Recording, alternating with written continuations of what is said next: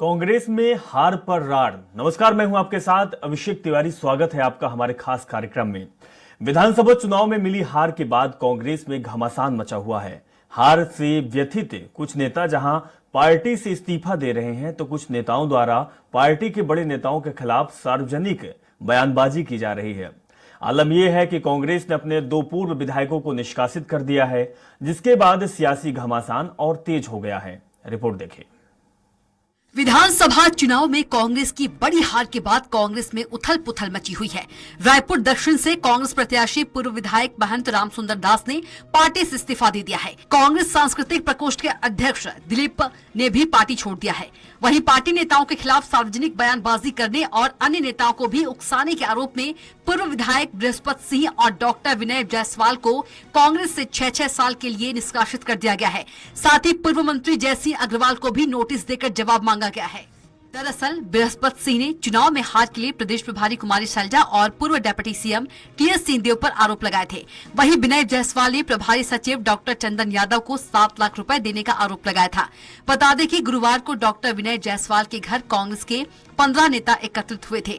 इनमें पूर्व विधायक समेत संगठन के कुछ चेहरे भी शामिल हैं। वे सभी टिकट कटने से नाराज थे और दिल्ली जाकर शिकायत करने की प्लानिंग कर रहे थे। विनय जायसवाल के घर पर बैठक में प्रमुख रूप से बृहस्पति सिंह, मोतीलाल देवांगन, चुन्नीलाल साहू, चंद्रदेव राय, भुवनेश्वर बघेल, लक्ष्मी ध्रुव, पद्मा मनहर, शिशुपाल सोरी, प्रमोद शर्मा, गुरुदयाल बंजारे समेत कई पूर्व विधायक मौजूद रहे। महंत रामसुंदर दास ने इस्तीफा देने की वजह रायपुर दक्षिण से सबसे ज्यादा वोटों के अंतर से हार को बताया। लंबे वोटों के अंतराल से पराजय का कारण ढूंढने का हमने कोशिश किया, कहीं से कुछ पता चले। हम लोग समीक्षा बैठक भी बुलवाए थे, उसमें सारे कार्यकर्ताओं से ओरिजिनल चर्चा भी हुई है।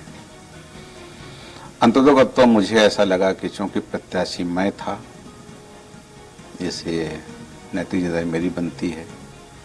मेरे कारण पार्टी को इतने मतों से, बड़े मतों से पराजय का सामना करना पड़ा, तो कारण मैं अपने आप को मानते हुए मैंने पार्टी को अपने भावना से अवगत कराया।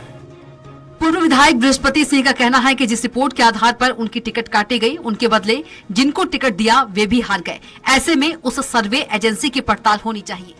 वहीं कांग्रेस नेताओं के निष्कासन को लेकर संचार प्रमुख सुशील आनंद शुक्ला का कहना है कि पार्टी नेताओं के खिलाफ उनके बयानबाजी को लेकर उन्हें नोटिस दिया गया था। उनके जवाब के आधार पर उन पर कार्रवाई की गई। लेकिन कोई भी व्यक्ति यदि सार्वजनिक रूप से टीका टिप्पणी करता है तो इससे पार्टी का अनुशासन भंग होता है। ऐसे मामले में पार्टी कड़ी अनुशासनात्मक कार्रवाई करती है। इस मामले में भी यही हुआ है। वहीं कांग्रेस में मचे घमासान को लेकर डिप्टी सीएम विजय शर्मा का कहना है कि कांग्रेस के नेता एक दूसरे पर जो आरोप लगाते थे वह सही थे। कांग्रेस को सरकार मिली तो सुख पाने और धन संचय करने का साधन बना लिया। राजनीति शक्ति की आराधना है, शक्ति प्राप्त करके समाज में परिवर्तन लाया जा सकता है, लेकिन उन्होंने ऐसा नहीं किया। चौक चौराहे में भी पैसे उगाही की गई, ये संस्कृति नीचे तक चली गई। अब वो उनकी पार्टी का मसला है, मैं उसमें क्या कहूँ। मैं सिर्फ कहना ये चाहता हूँ कि उसमें अनेक लोग हैं, अनेक तरह के आरोप लगाने वाले।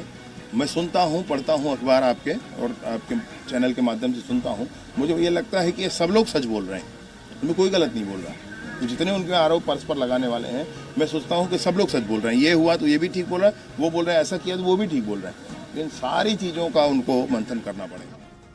जो आरोप प्रत्यारोप अपने वरिष्ठ नेताओं पर जो लगाने का और वरिष्ठ नेताओं के द्वारा जो जूनियर जो इनके नेता है उनका शोषण, ये कांग्रेस का कल्चर हमेशा से रहा है। पैसा, लेन देन, आपसी गुटबाजी, ये कांग्रेस की पहचान है। और मुझे लगता है जो पिछले 5 साल one man show CM Bhupesh Baghel का चला और उसके बाद जिस तरीके से आरोप प्रत्यारोप का दौर चल रहा है, उसके बाद उस पर कार्रवाई चल रही है, ये आंतरिक षड्यंत्र का नतीजा है कि कौन किसको निपटा रहा था। बहरहाल निष्कासन की कार्रवाई से नाराज बृहस्पति सिंह और विनय जायसवाल ने कुछ पूर्व विधायकों के साथ पूर्व मुख्यमंत्री भूपेश बघेल से मुलाकात की। उन्होंने उनसे अपने ऊपर की गई कार्रवाई को अनुचित बताया। अब वे दिल्ली जाकर राष्ट्रीय अध्यक्ष मल्लिकार्जुन खड़गे से मुलाकात करने का निर्णय लिया है। अब देखना होगा 2024 के लोकसभा चुनाव की तैयारी कर रही कांग्रेस में मची यह उथल पुथल कब तक जारी रहती है। स्वराज एक्सप्रेस के लिए रायपुर से दिलीप साहू की रिपोर्ट।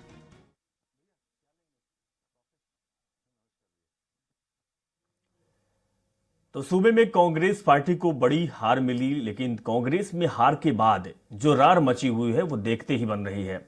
इसी को लेकर हम बातचीत करेंगे। बातचीत करने के लिए हमारे कुछ मेहमान जुड़ेंगे। बीजेपी प्रवक्ता श्रीचंद सुंदरानी हमारे साथ जुड़े हुए हैं, वहीं वरिष्ठ पत्रकार पीसी रथ भी हमारे साथ जुड़ेंगे, और इसके साथ ही हम जोड़ने की कोशिश कर रहे हैं विनय जायसवाल जी का, जो निष्कासित नेता हैं और कांग्रेस पार्टी के विरुद्ध में उन्होंने बात रखी है। सुंदरानी जी, सबसे पहले आपके पास आते हैं। सुंदरानी जी, पहली प्रतिक्रिया आपकी, जिस तरीके से कांग्रेस पार्टी के अंदर उथल पुथल मची हुई है, पार्टी के नेता अपने ही नेताओं पर मुखर हो रहे हैं, और अगर वो बयानबाजी कर रहे हैं, जवाब कुछ दे रहे हैं, तो हाईकमान का एक्शन भी।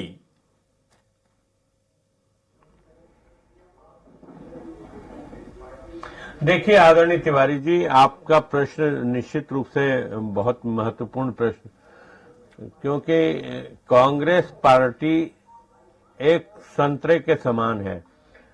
संतरा जब तक ऊपर से छिलटा रहता है तो एक दिखता है, और सरकार इनकी रहती है तो इकट्ठी एकजुट दिखती है। सरकार चली जाती है तो यही रार की बात आ जाती है, एक आरोप प्रत्यारोप की बात आ जाती है।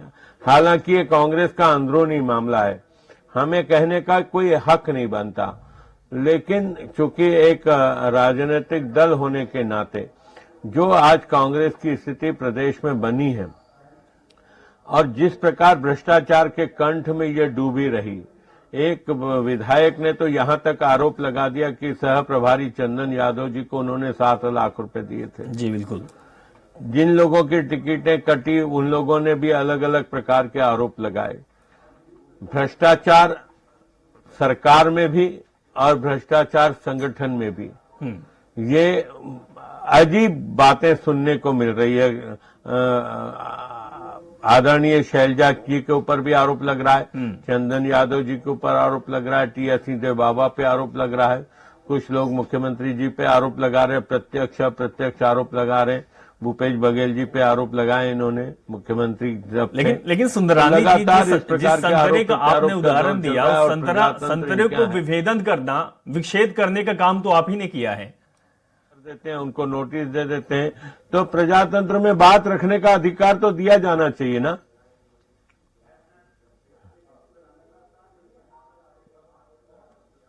जी बिल्कुल सुंदरानी जी। सुंदरानी जी, बात यह है कि अब तो आपको बैठे बैठाए मुद्दा भी मिल गया है कांग्रेस पार्टी को घेरने का, और ये मुद्दा केवल अभी तक सीमित नहीं रहेगा, ये तो आने वाले चुनाव में 2024 तक चलने वाला है। लेकिन हमने आपसे ये कहा था कि जो संतरे का आपने उदाहरण दिया है, वो संतरा को विभेदन करने, विच्छेद करने का काम तो आप ही की पार्टी ने किया है। जी जी। नहीं, हमारा कोई इसमें रोल नहीं है। हमने क्या कांग्रेस के आंतरिक मामले में हमारा क्या, हमने क्या किया? हमारी भारतीय जनता पार्टी की इसमें क्या भूमिका है? ये आपस में लड़ रहे हैं तो हमें, हमारी कोई भूमिका थोड़ी है इसमें। साहब, इतनी करारी अगर हार इनको ना दी होती तो कहां से ये दिन आए होते? देखिए, हम राजनीतिक दल के कार्यकर्ता हैं, और राजनीति दल के कार्यकर्ता के होने के नाते हम तो चाहेंगे कि प्रदेश में हमारी सरकार बने। कुशासन था 5 साल का, जिस प्रकार भूपेश बघेल जी की सरकार चली, लोगों को भय और आतंक का माहौल था, बिगड़ती कानून व्यवस्था, महिलाएं सुरक्षित नहीं थी, बच्चे सुरक्षित नहीं थे, नशे का माहौल था। इससे मुक्ति पाने के लिए हमने जनता से अपील की, और जनता ने महसूस किया कि ये 5 साल के कुशासन को हटाएं। मोदी जी की गारंटी पे विश्वास किया लोगों ने, भूपेश बघेल जी की गारंटी पे विश्वास नहीं किया। बिल्कुल बिल्कुल, लेकिन इस तरीके का भरोसा कांग्रेस पार्टी की हाईकमान पर कांग्रेस के नेताओं को नहीं था, इसीलिए शायद ये दिन देखने को मिल रहे हैं। पीसी रथ जी, आपको क्या लगता है, राजनीतिक दृष्टिकोण से जिस तरीके का घमासान चल रहा है, कांग्रेस पार्टी के अंदर उथल पुथल की स्थिति मची हुई है, आरोप प्रत्यारोप चल रहे हैं, कहीं पैसे को लेन देन को लेकर चल रहा है, तो टिकट को काटने को लेकर चल रहा है, वहीं वर्चस्व की लड़ाई को लेकर भी चल रहा है। कांग्रेस पार्टी के लिए इस तरीके की जो समय है, उथल पुथल जो है, वो कितना सही होगा, गलत होगा आने वाले समय के लिए?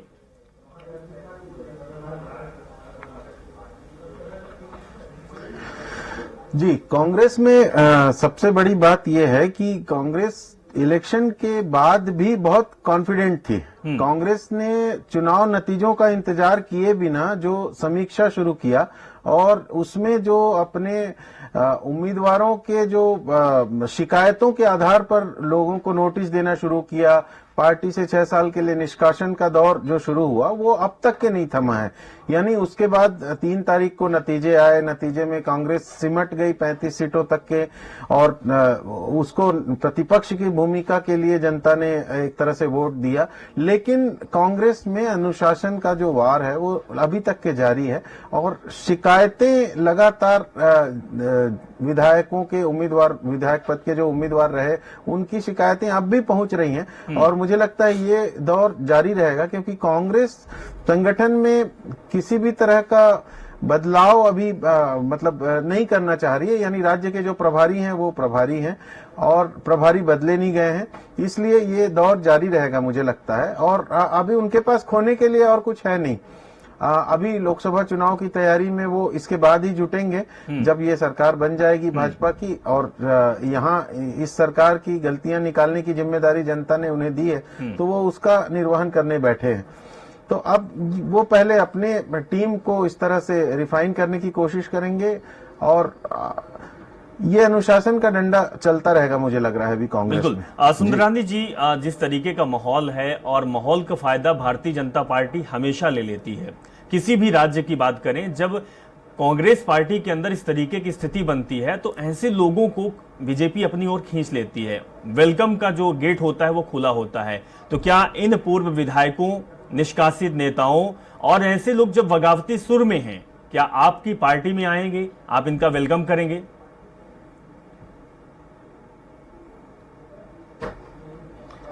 देखिए, ये निर्णय तो मेरा हाईकमान करेगा। मैं बहुत छोटा सा कार्यकर्ता हूं। निश्चित रूप से हमारे दरवाजे उन सभी कार्यकर्ताओं के लिए खुले होते हैं जो स्वच्छता की राजनीति करते हैं, शुचिता की बात करते हैं, जो माननीय प्रधानमंत्री नरेंद्र मोदी जी के नेतृत्व में विश्वास करते हैं, भारतीय जनता पार्टियों की नीतियों का पालन करते हैं। ऐसे लोगों के लिए दरवाजे खुले रहते हैं। लेकिन ये निर्णय मेरा हाईकमान करता है। मैं बहुत छोटा सा कार्यकर्ता हूँ, ये मेरे अधिकार क्षेत्र के बाहर की बात है। लेकिन सुंदरानी जी, जिस तरीके से ये लोग किसी दूसरे दल के साथ करते हैं, बगावत करते हैं, इनको टिकट नहीं मिलती है, इसके बाद बगावती सुर अपनाते हैं और इस तरीके के आरोप प्रत्यारोप हारने के बाद करते हैं, क्या ऐसे लोगों को आप अपना लेते हैं या फिर आपके पार्टी में ये लोग सही काम करने लगते हैं? क्या राजनीति, क्योंकि आप बहुत बुद्धिजीवी हैं, राजनीति की देखा जाए तो राजनीतिक दृष्टिकोण से क्या ये सही है कि कोई भी पद का लालच रखता है, अगर उसको टिकट नहीं मिलती वो हार जाता है तो आरोप लगाता है, दूसरी पार्टी में शामिल हो जाता है? क्या आप समझते हैं, क्या आपकी इसमें प्रतिक्रिया है? देखिए, इस मामले में मेरी प्रतिक्रिया का कोई कारण नहीं बनता क्योंकि मैं बहुत छोटा सा कार्यकर्ता हूं। मैं निर्णय करता नहीं हूं। नहीं सर, और निश्चित आप निर्णय नहीं करते, लेकिन आप राजनीति को और ऐसे नेताओं को बखूबी समझते हैं। सर, आप इन नेताओं को अच्छी तरह से जानते हैं कि आखिर ये चाहते क्या हैं। हम ये पूछ रहे हैं आपसे, हम ये जानना चाहते हैं क्या राजनीति में जहां विचारधाराओं की बात आती है उस जगह पर ऐसे नेताओं का आना जाना, आरोप लगाना कितना सही है, किसी भी पार्टी की बात हो?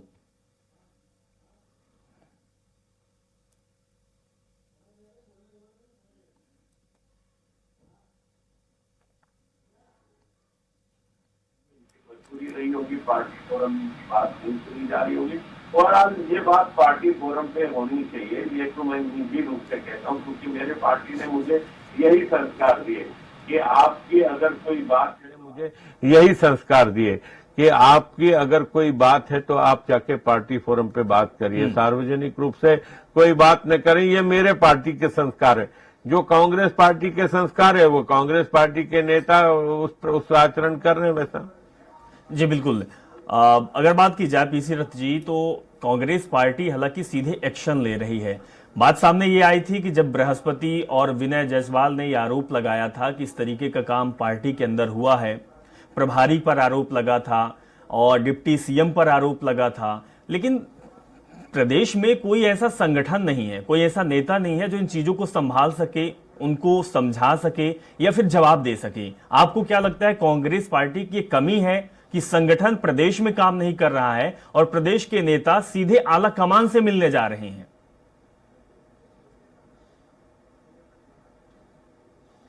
जी देखिए, कांग्रेस में संगठन में सब कुछ ठीक नहीं चल रहा है, ये तो तब पता चल गया था जब उन्होंने अपने प्रदेश अध्यक्ष को 3-4 महीने इलेक्शन के बाकी थे और उन्होंने बदल दिया था।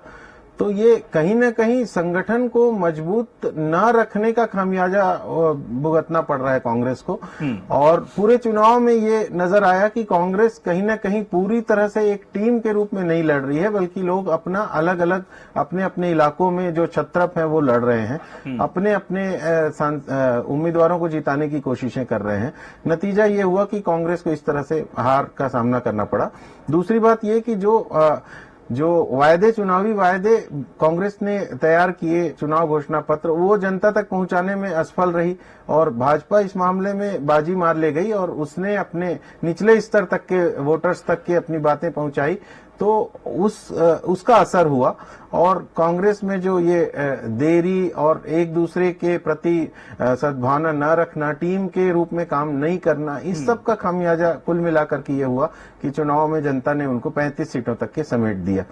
बाकी और सारी घटनाएं जो भी हैं वो इन सब चीजों का कारण में अंशदान अपना अपना कर सकती हैं, लेकिन कुल मिलाकर के जो माहौल बना उसमें मैं आपसे कह ही रहा था शुरू में ही कि कांग्रेस इतनी ज्यादा कॉन्फिडेंट थी चुनाव जीतने के प्रति, आश्वस्त थी कि उसने चुनाव परिणाम का इंतजार किए बिना ही निष्कासन की कार्यवाहियां चालू कर दी, जबकि ये होता नहीं है। जनरली गंभीरता उसमें देखी जाती है, अनुशासित तरीके से जो भी शिकायतें हैं उसकी जांच को एक समय दिया जाता है, उसके बाद फिर वो कार्यवाहियां होती हैं। तो यहाँ पर धनाधन कार्यवाहियों की शुरुआत हो गई और नतीजे जब अपोजिट हुए तो वो गुस्सा और बढ़ता गया, हारे हुए कैंडिडेट और ज्यादा तीखी बयानबाजी करने लगे। तो ये सब कारण बने। अब देखना यह है कि अब जो नया मंत्रिमंडल बनेगा उसका इंतजार जो जनता कर रही है कि सरकार कैसे कार्यवाही करेगी, कैसे अपने वायदे पूरा करेगी, नया भाजपा सरकार अपने वायदे कैसे पूरा करेगी, कब तक पूरा करेगी, क्योंकि लोकसभा चुनाव नजदीक है।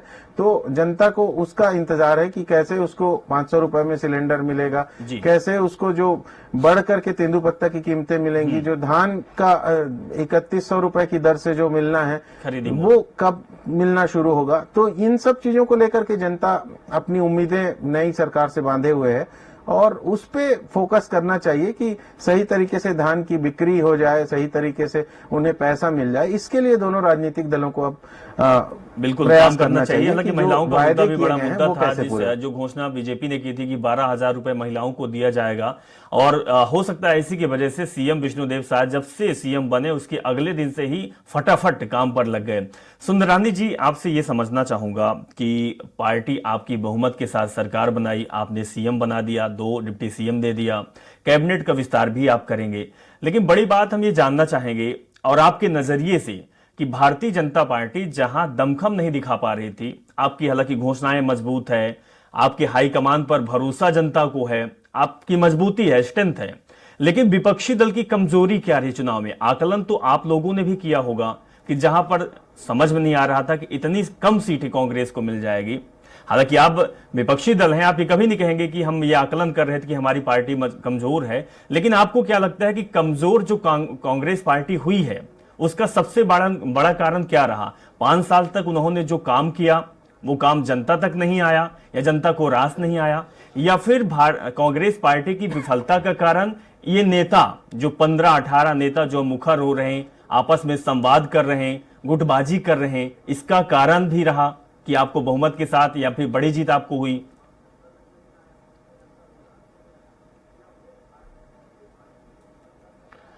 निश्चित रूप से तिवारी जी, बड़ा अच्छा प्रश्न आपने किया है। कांग्रेस की वर्तमान स्थिति के लिए कांग्रेस पार्टी जिम्मेदार है। 5 साल का कुशासन, 71 सीटों का बहुमत और कहीं न कहीं घमंड और मदमस्त हाथी पे सवार होकर शासन चलाना, पार्टी के नेताओं को, पार्टी के कार्यकर्ताओं को तवज्जो नहीं देना, कहीं न कहीं भ्रष्टाचार की चरम सीमा पर इस प्रदेश को पहुंचा दिया। महादेव ऐप के माध्यम से सट्टे का भी आरोप लगा, शराब घोटाले का आरोप था, ईडी का मामला चल ही रहा है, 3000 करोड़ से ऊपर का शराब घोटाला, और उसके साथ साथ बहुत सारे घोटाले, चाहे वो कोयले का घोटाला हुआ हो, रेत का घोटाला हुआ हो, चावल का घोटाला हुआ हो, ये सारे घोटालेबाजों की सरकार, जनता ने ये महसूस किया बिगड़ती कानून व्यवस्था का मुद्दा था। लगातार बहनें, बच्चे, माँ अपने आप को सुरक्षित नहीं महसूस करती थी। भारतीय जनता पार्टी की सरकार रही 15 साल, कानून व्यवस्था की स्थिति हो या विकास की बातें हो और भ्रष्टाचार मुक्त सरकार की बात हो, तो निश्चित रूप से डॉक्टर रमन सिंह जी को याद किया जाता है, भारतीय जनता पार्टी की सरकार को याद किया जाता है।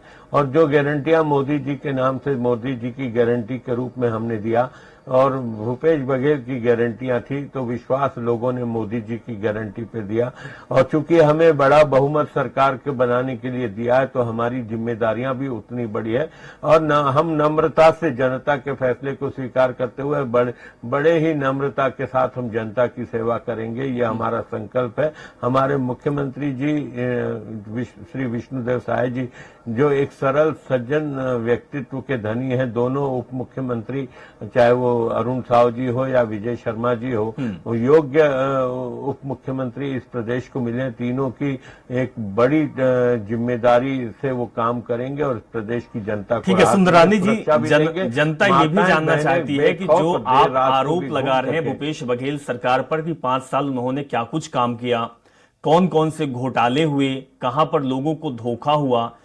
आपकी आईटी की टीम तो अब छत्तीसगढ़ पहुंच चुकी है और 50 से ज्यादा ठिकानों पर कार्रवाई भी चल रही है। तो क्या जिन घोटालों की बात आप कर रहे हैं, जो आप आरोप लगा रहे हैं, क्या इनकी भी जांच पड़ताल होगी, इनके खिलाफ भी कार्रवाई होगी?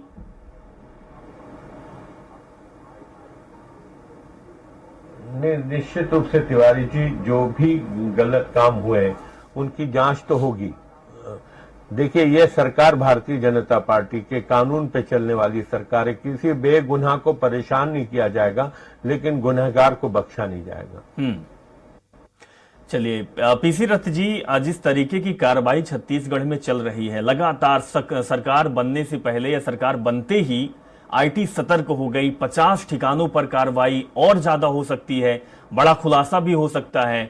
क्या आपको लगता है कि विपक्षी दल घबराया भी होगा? क्योंकि भारतीय जनता पार्टी के लोग और नेता सुंदरानी जी ने भी आरोप लगाया है कि बड़े बड़े घोटाले हुए। भूपेश बघेल ने पहले भी बोल दिया था, जब महादेव ऐप का मामला उठा था, कि ईडी किसी वक्त छत्तीसगढ़ आ सकती है। क्या इन नेताओं को डर होगा? लगता है कि जो आरोप लगे हैं, घोटाले की बात कही जाती है, इस पर आईटी, ईडी या जो जांच एजेंसियां होगी, इन पर कार्रवाई करेगी कहीं ना कहीं?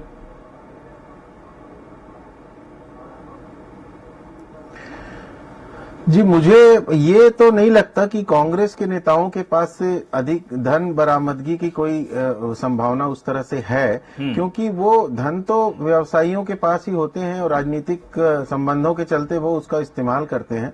लेकिन राजनेताओं के पास जो धन होते हैं वो मूल रूप से चुनाव में उनके लिए प्रयोग किए जाने वाले धन होते हैं। जिस तरीके से भी वो उसका प्रयोग करते हैं चुनाव में, वो सारी जनता लोग जानते ही हैं। और चुनाव चूंकि अभी संपन्न हो चुका है और सत्ता खो चुकी है कांग्रेस, तो कांग्रेस के नेताओं के पास उस तरह से धन बरामदगी की कोई संभावना मुझे नजर नहीं आती।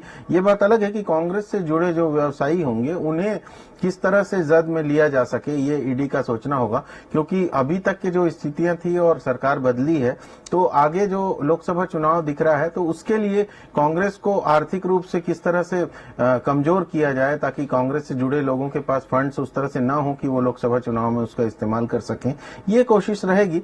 तो वो एक विरोधी दल के रूप में भाजपा जिस तरह से अभी सत्ता में है और केंद्र में भी है, डबल इंजन वाली सरकार है, तो उस नजरिए से हो सकता है कि वो कार्रवाइयां हो। लेकिन लोकतंत्र है ये, लोकतंत्र में सभी को व्यवसाय करने का भी अपना अधिकार है और अपनी जीवन अपने स्वतंत्रता से जीने का भी अधिकार है। तो मुझे लगता है इन सब चीजों से डराने वाली कार्यवाहियों का अब कोई मतलब नहीं है। चुनाव हो चुके हैं और सरकारें जो बननी है वो बन चुकी है सरकार, तो अब विकास पर ध्यान देना चाहिए और जो वायदे हैं उनको पूरा। सुंदरानी जी, एक आखिरी सवाल आपसे भी ले लेते हैं। सुंदरानी जी, जो कांग्रेस पार्टी के अंदर या फिर सूबे में कलह मची हुई है, क्योंकि आपकी विपक्षी दल जो है वो कमजोर हो रहा है, खुद कमजोर अपने हाथों हो रहा है, अपने नेताओं की वजह से हो रहा है और सामंजस्य को बना नहीं पा रहा है, इसलिए हो रहा है। क्या 2024 के लोकसभा चुनाव में ये आपको फायदा देगा, या फिर आप काम करेंगे अपनी घोषणाओं पर या लोगों से जो आपने वादे किए हैं?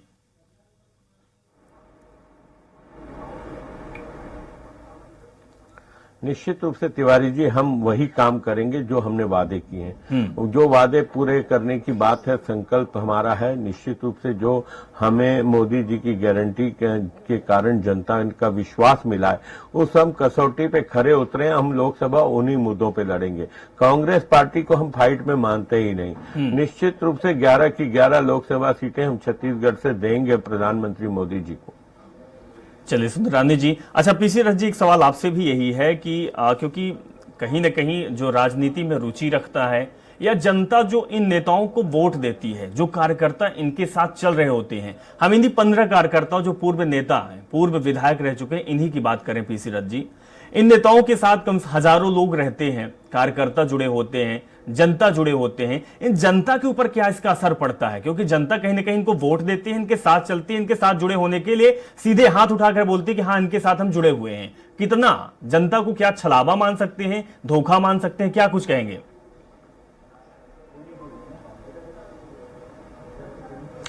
जी देखिए, जनता तो अपनी उम्मीदें अपने समर्थक के तौर पर जो काम करती है उसके लिए अपेक्षा जो रखती है, वो अपने काम तो अलग करती है। चुनाव के समय राजनीतिक में बंट भी जाते हैं, लेकिन मूल रूप से जो उनकी बुनियादी जरूरतें होती हैं, जो रोजी रोटी है, जो रोजगार है, जो उनके लिए यात्रा परिवहन के साधन है, उन सब के लिए जो सरकार से अपेक्षा होती है, जो स्वास्थ्य सुविधाओं की, शिक्षा की अपेक्षा होती है, उसको वो ऑब्जर्व करती है, क्लोजली ऑब्जर्व करती है कि वो किस दल में पूरी हो रही हैं। जैसे कि अंग्रेजी माध्यम के स्कूल जो कांग्रेस के समय में शुरू हुए, आत्मानंद स्कूल, बिल्कुल तो आपका कहना ये है कि लोगों की जो उम्मीदें होती है वो सरकार से होती है। अब नई सरकार है तो लोगों की उम्मीदें भी टिक गई है। बहुत बहुत शुक्रिया पीसी रथ जी और सुंदरानी जी, आप हमारे साथ इस चर्चा में शामिल हुए, आप हमारे साथ जुड़े, बहुत बहुत शुक्रिया। तो जिस तरीके से छत्तीसगढ़ में कांग्रेस पार्टी के अंदर रार मची हुई है, अंतर्कलह की स्थिति है, आरोप प्रत्यारोप लग रहे हैं, अब देखना दिलचस्प ये होगा कि जो पूर्व विधायक हाईकमान से मिलने दिल्ली पहुंच चुके हैं, तो क्या दिल्ली में प्रदेश राष्ट्रीय जो अध्यक्ष है मल्लिकार्जुन खड़गे जी अपनी जब बात रखेंगे तो क्या वो सामंजस्य बना पाएंगे?